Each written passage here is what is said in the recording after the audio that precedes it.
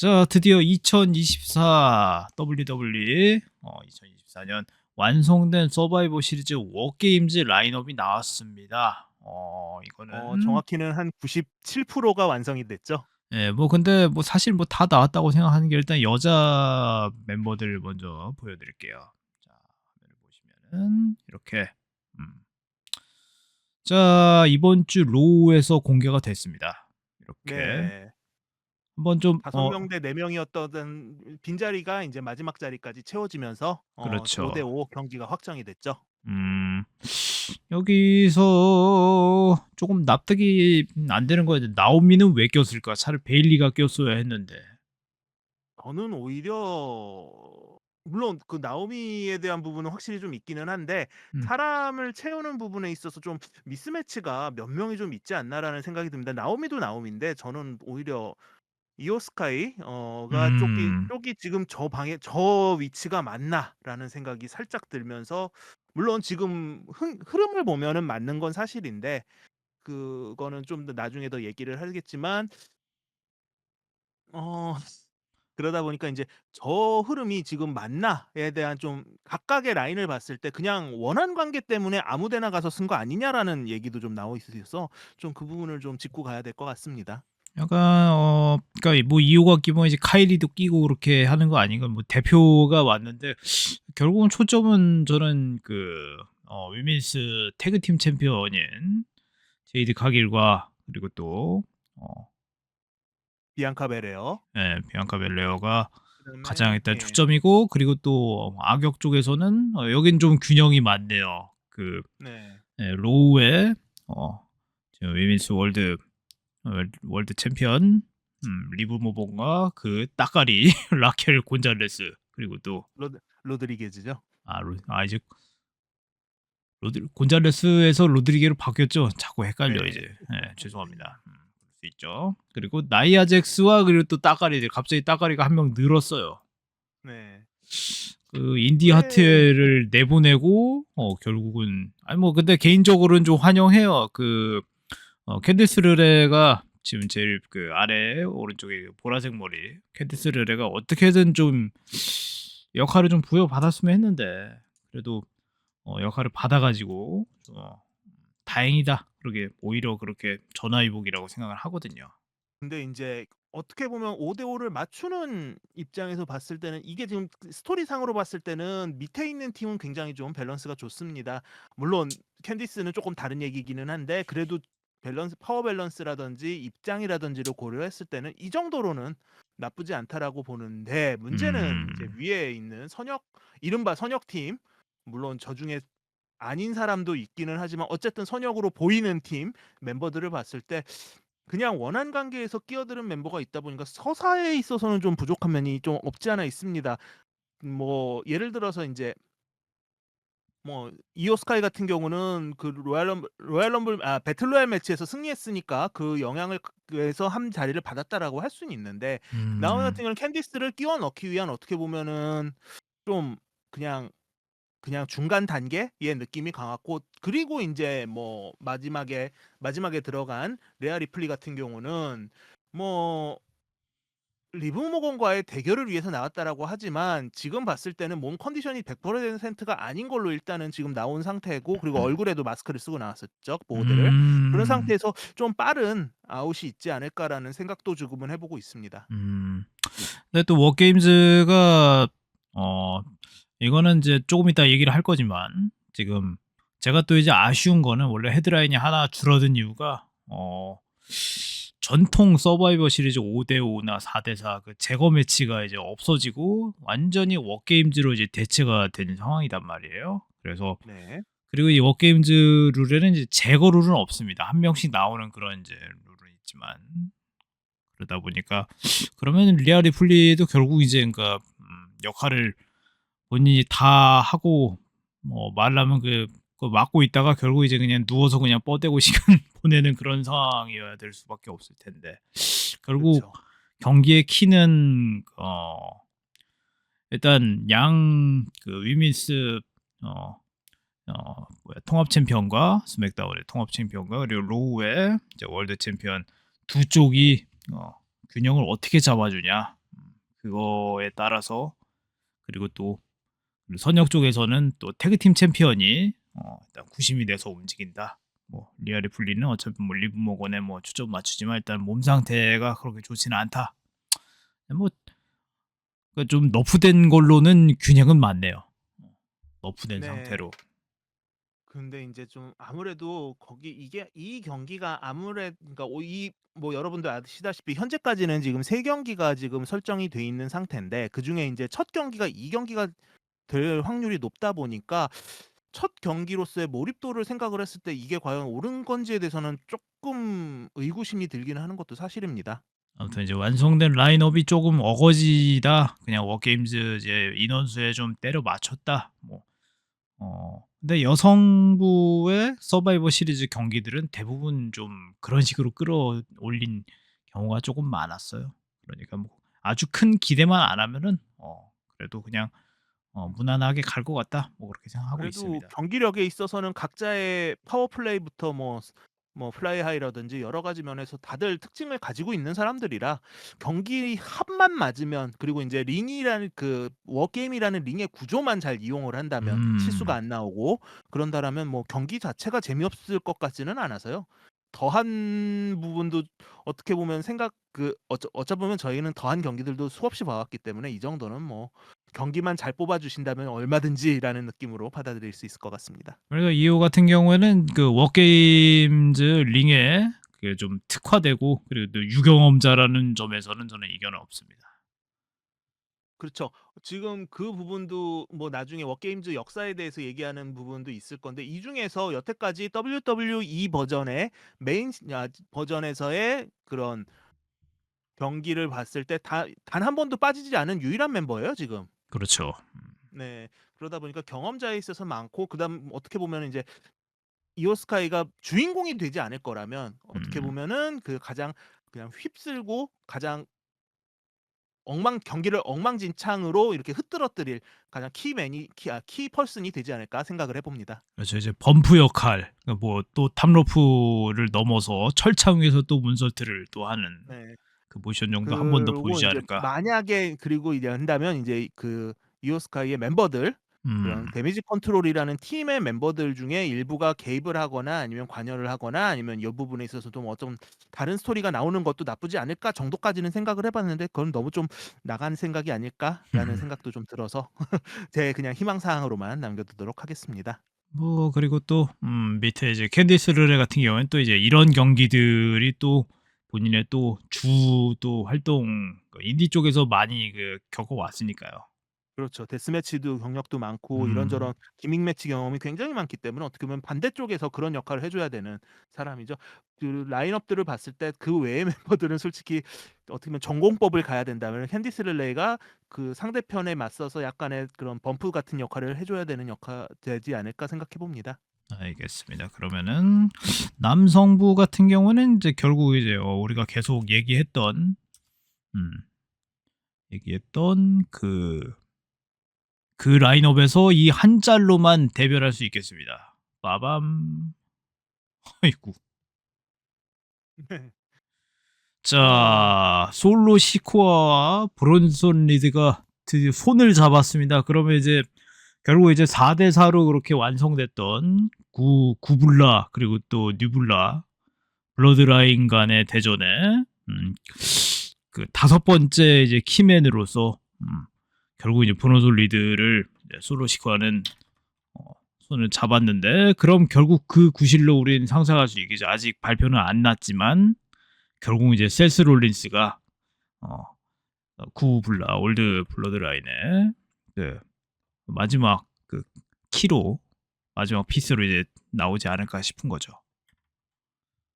네. 지금 현재까지 뭐 간단하게 일단 짚고 넘어가면 여러분들이 저희 레슬매니아부터의 서사를 중에서 기대를 했던 부분에 있어서 일단은 없는 사람이 있고 반대로 없을 거라고 생각했는데 있는 사람이 있는 쪼끔 기대감과는 거리가 있는 라인업이 됐다라는 점은 쪼끔 아쉬운 부분도 되고 있는 것 같은데 약간 어디 밈을 보니까 여러분들이 원했던 워게임 근데 지금 여러분들이 받아든 워게임 해 가지고 나온 각각의 사진들이 있었는데 사진에 누구누구가 빠지고 누구누구가 추가되는 건 굳이 설명을 하지 않겠습니다. 뭐 뭐 그럼 뭐 세안할 라인업 한번 얘기해 주시겠어요?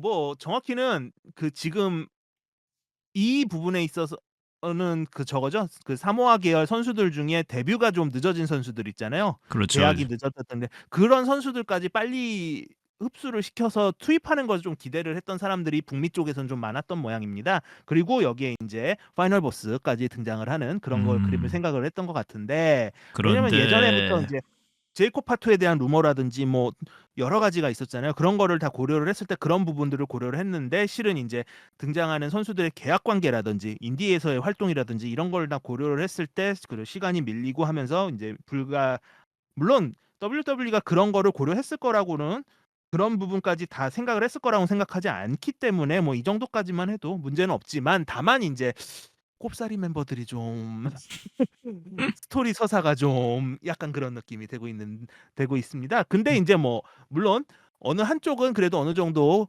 인연관계가 그 타 단체에서의 인연관계가 있었기 때문에 뭐 그 정도까지는 눈 감아 줄 수 있다. 뭐 다른 편 같은 경우는 꾸준히 그런 대립 관계라든지 이런 게 있었는데 갑자기 뭐 싸우던 사람이 동료가 됐다 이런 이야기가들이 있다 보니까 좀 삐걱거리는 것뿐이지 뭐 여성부의 만큼의 어색함은 아닌 것 같아서 아직까지 그렇죠. 서사에 있어서는 문제 없습니다. 그리고 뭐 서바이벌 시리즈는 항상 그래 왔어요. 뭐 심심하면 그러다가 별다른 서사가 없으면은 그럼 결국 로우 대 스맥다운으로 그냥 가고 아니면 선역들 쭈루룩 악역들 쭈루룩 그런 식으로 서바이벌 시리즈 때가 왔으니까 이제 팀 누구 예전에 우리가 뭐 우리가 주로 2023 년도 그때도 그냥 이제 로우 팀하고 이제 스맥다운 팀하고 이제 그 서바이벌 시리즈 경기를 하나씩 내놔야 되는데 팀 레스너 대 팀 앵글 그렇게 스맥다운 측은 그렇게 내놨고 그게 또 오프닝 경기여서 빨리 끝났어요. 그냥. 그리고 또 그나마 또 서사가 있었던 건 로우 측에서 팀 비숍과 팀 이제 스티브 오스틴. 오스틴이었죠. 예. 그래서 단장 자리를 이제 어느 쪽이 이제 보직을 지킬 것인가 그 대결을 하는 거였는데. 네. 아무튼 뭐 그래서 뭐 지금까지 뭐 서바이벌 시리즈는 항상 그래왔기 때문에 뭐 그나마 이게 좀 이제 악의가 많다. 근데 뭐 결국은 이제 뭐 파이널 보스까지는 아니더라도 우리가 히클레오까지는 그래도 왜 안 나오나 그렇게 했는데 결국은 그 피스는 이제 조각이 안 맞춰지는 걸로 히클레오는 훨씬 나중으로 미뤄졌고 그래도 이제 브론 솔리드가 점점 자리를 잡아간다는 점에서는 그래도 뭔가 좀 의미가 있다고는 생각해요. 어쨌든 세스 롤린스를 계속 큰 경기에서는 뭐 졌지만 이제 스토리 상으로는 계속 위협을 가했으니까 이번에도 그 연속성을 유지하고 있고 그래서 저는 브론 솔리드 솔직히 쓰나미 생각보다 되게 좀 좋아하거든요. 네. 단순한데도 잘 어울리고 그냥 뛰어내리는 건데 아무것도 안 하고. 뭐 브론son 리드에 대해서는 차세대 원맨갱이다 뭐 이런 칭찬이 있을 정도로 굉장히 음. 파워풀하면서도 기술력이 좋은 그런 선수의 호주 출신이다 보니까 그런 많은 부분에 있어서 좋은 반응을 얻었었고요. TMDK 소속이기도 했죠 한때는. 그렇죠, 그러다 그렇죠. 보니까 조나락이라는 이름으로 네. 그러다 보니까 그런 부분에 있어서 뭐 경기력이 문제는 되지 않는데 문제는 이 선수도 인제 마이크 웍이라든가 이런 부분에 있어서 아쉬운 부분이 있을 거다. 그 마이크 웍을 어떻게 인제 기믹 수행으로 해결할 거냐 이런 얘기가 있었던 건데 그런 음. 과정에서 인제 아니죠. 저기 하우스 오브 글로리 네. 거기에서 인제 제이콥 파트와 대결을 하기도 했던 그런 경력을 가지고 있습니다. 음. 그런 게다가 선수가 예. 예 게다가 또 그 신일본에 그 WWE 갑자기 방출되고 나서 신일본에는 깜짝 등장을 해서 그 오카다의 또 강력한 적수가 되어 줬죠. 네. 그러다 보니까 오카다 그때가 인제 G1 클라이막스였죠? 그때 그렇죠, 인제 그렇죠. G1 네. 클라이막스에서 오카다를 잡아서 근데 굉장히 그 좀 좋은 모습으로 보여줬었는데 인제 음 갑자기 인제 아무래도 예 돌아오면서 WWE로 이제 다시 이제 재계약 뭐 제의를 받지 않았으면 뭐 신일본에서 좀 중추 역할을 좀 많이 맡았겠죠. 중요한 역할을. TMDK가 좀 네. 상당히 많이 라인업이 강해졌을 거예요. 네. 저기 같은 경우는 인제 그렇게 돌아오는 과정에서 조금 어떻게 보면은 붕 뜬 역할들이 많았잖아요 실은 그죠, 그죠. 여태까지.